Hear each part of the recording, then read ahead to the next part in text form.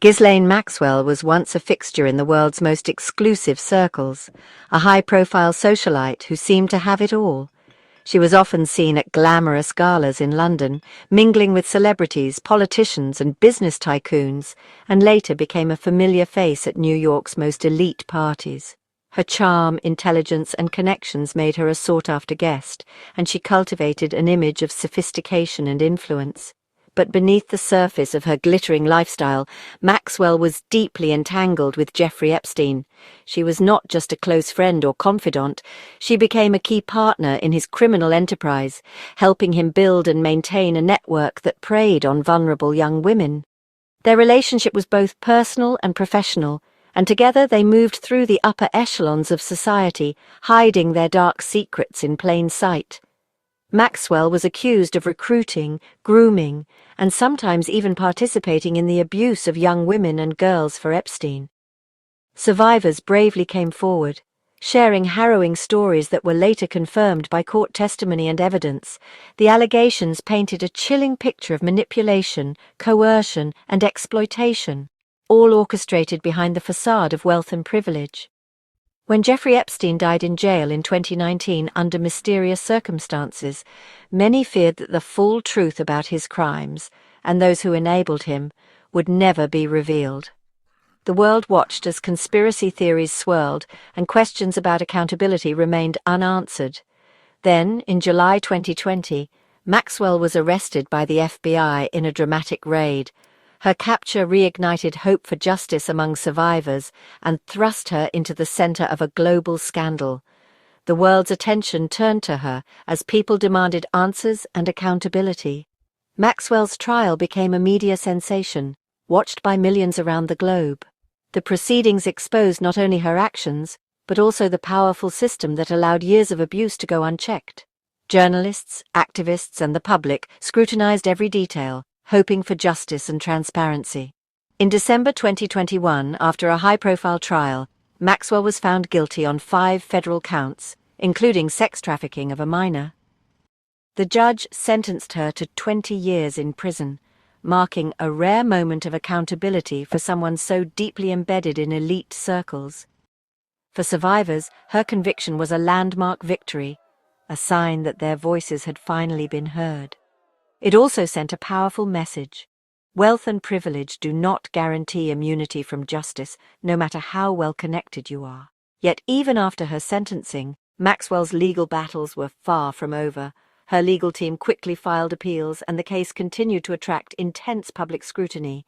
Every new motion, every statement from her lawyers kept her name in the headlines and fueled ongoing debates about justice and accountability. Today, Maxwell's story stands as a stark symbol of how power, secrecy, and influence can be used to conceal horrific crimes. It has forced institutions and individuals alike to confront uncomfortable truths about complicity and the need for systemic change. Every new development in her case, whether it's a legal filing, a statement from her lawyer, or even a TV interview, becomes headline news, sparking fresh waves of public debate and speculation. Understanding Ghislaine Maxwell's case is essential to understanding why her name continues to spark controversy and why her story remains a cautionary tale about the dangers of unchecked power and the importance of seeking justice for all. Not all federal prisons are equal. Some are harsh, others surprisingly comfortable. After sentencing, Maxwell was moved to the low-security Federal Correctional Institution in Tallahassee, known for its campus-like setting. The transfer fueled speculation. Was she getting special treatment because of her wealth and connections? The timing was suspicious. Her move came after a meeting with Todd Blanche, a lawyer also representing Donald Trump. This connection raised questions about political influence and secret deals. The public wanted answers. Was Maxwell trading information for better conditions? These suspicions set the stage for a dramatic CNN interview with her lawyer. The controversy exploded in a way no one could have predicted, sending shockwaves through the media landscape and igniting fierce debate across the country. It all began on CNN's NewsNight, the network's flagship evening program, hosted by the sharp and unflinching Abby Phillip. That night's panel featured Arthur Aidala, Maxwell's outspoken defense attorney, and Neera Tanden, a well-known political commentator with a reputation for asking tough questions. The discussion zeroed in on Maxwell's suspicious transfer between federal prisons, a move that had already raised eyebrows, and her recent, highly scrutinized meeting with Trump's lawyer, Todd Blanche. Abby Phillip didn't hold back. She pressed Aidala for specifics, demanding clarity about the circumstances and purpose of the meeting with Blanche, and whether any unusual legal maneuvers were at play. Aidala, careful not to breach attorney-client privilege, sidestepped the most sensitive details. Instead, he tried to walk the audience through the general legal process, hoping to provide context without revealing confidential information. His intention was to clarify the legal complexities, not to make any confessions or admissions. Yet his carefully chosen words would soon be interpreted as something far more significant than he intended. The atmosphere in the studio grew increasingly tense. Viewers at home and in the audience were on the edge of their seats, hungry for answers about possible backroom deals and hidden motives.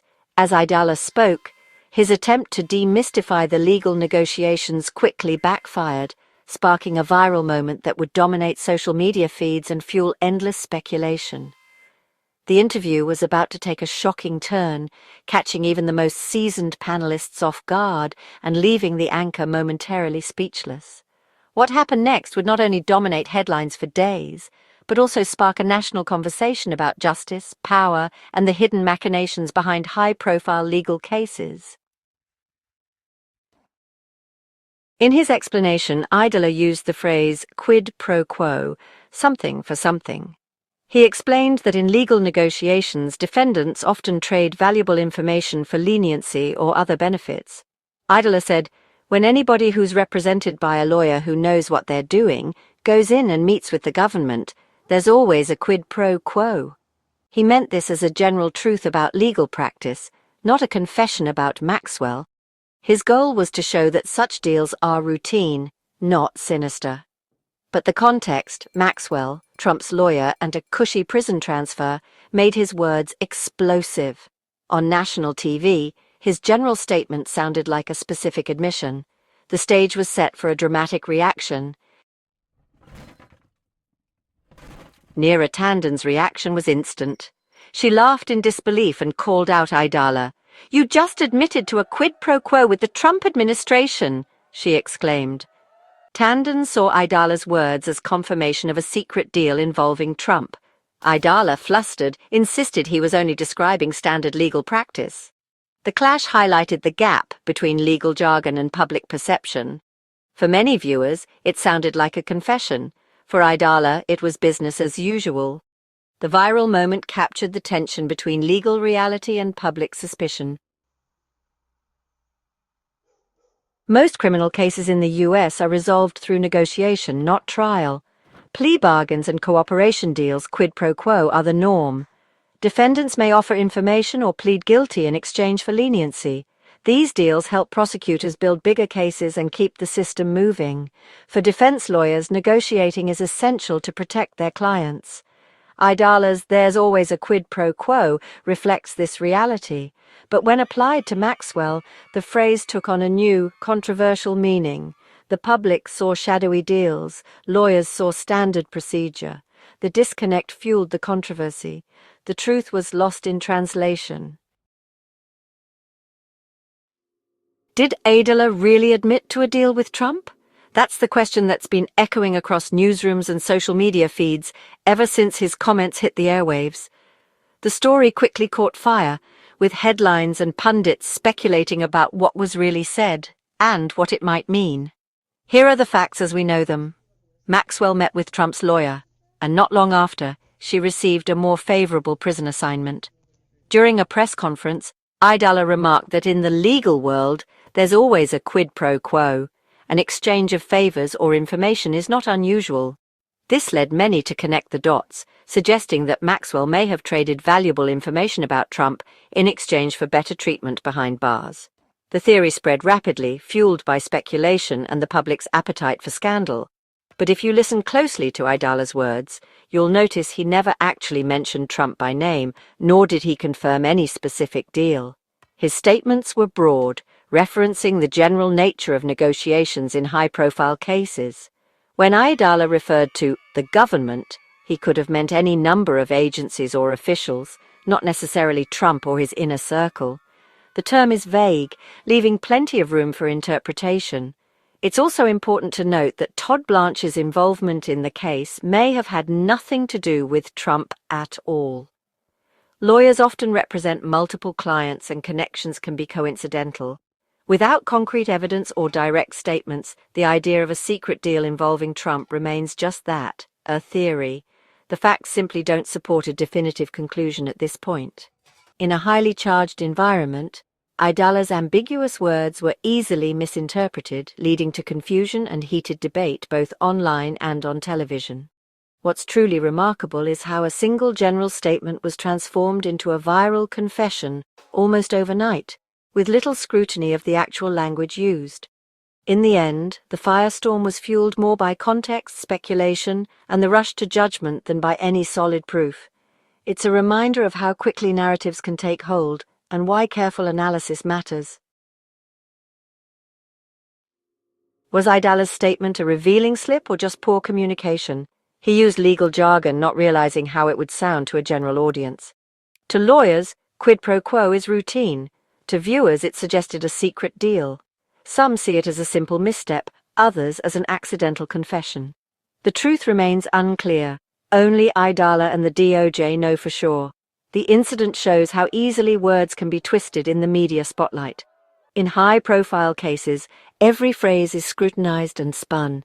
The debate over Aidala's intent continues, shaped by personal beliefs and political divides. The interview exposed the messy reality of American justice, deals, negotiations, and compromise. What's normal for lawyers can seem scandalous to the public. Media framing, like Tandon's reaction, shapes the narrative instantly. The story became less about Maxwell and more about political polarization and distrust. The interview didn't solve the mystery of Maxwell's prison transfer, but it showed how a single phrase can spark national debate. In the end, the gap between legal process and public perception remains wide. Every word matters in high-stakes cases. In today's media landscape, ambiguity can become headline news overnight.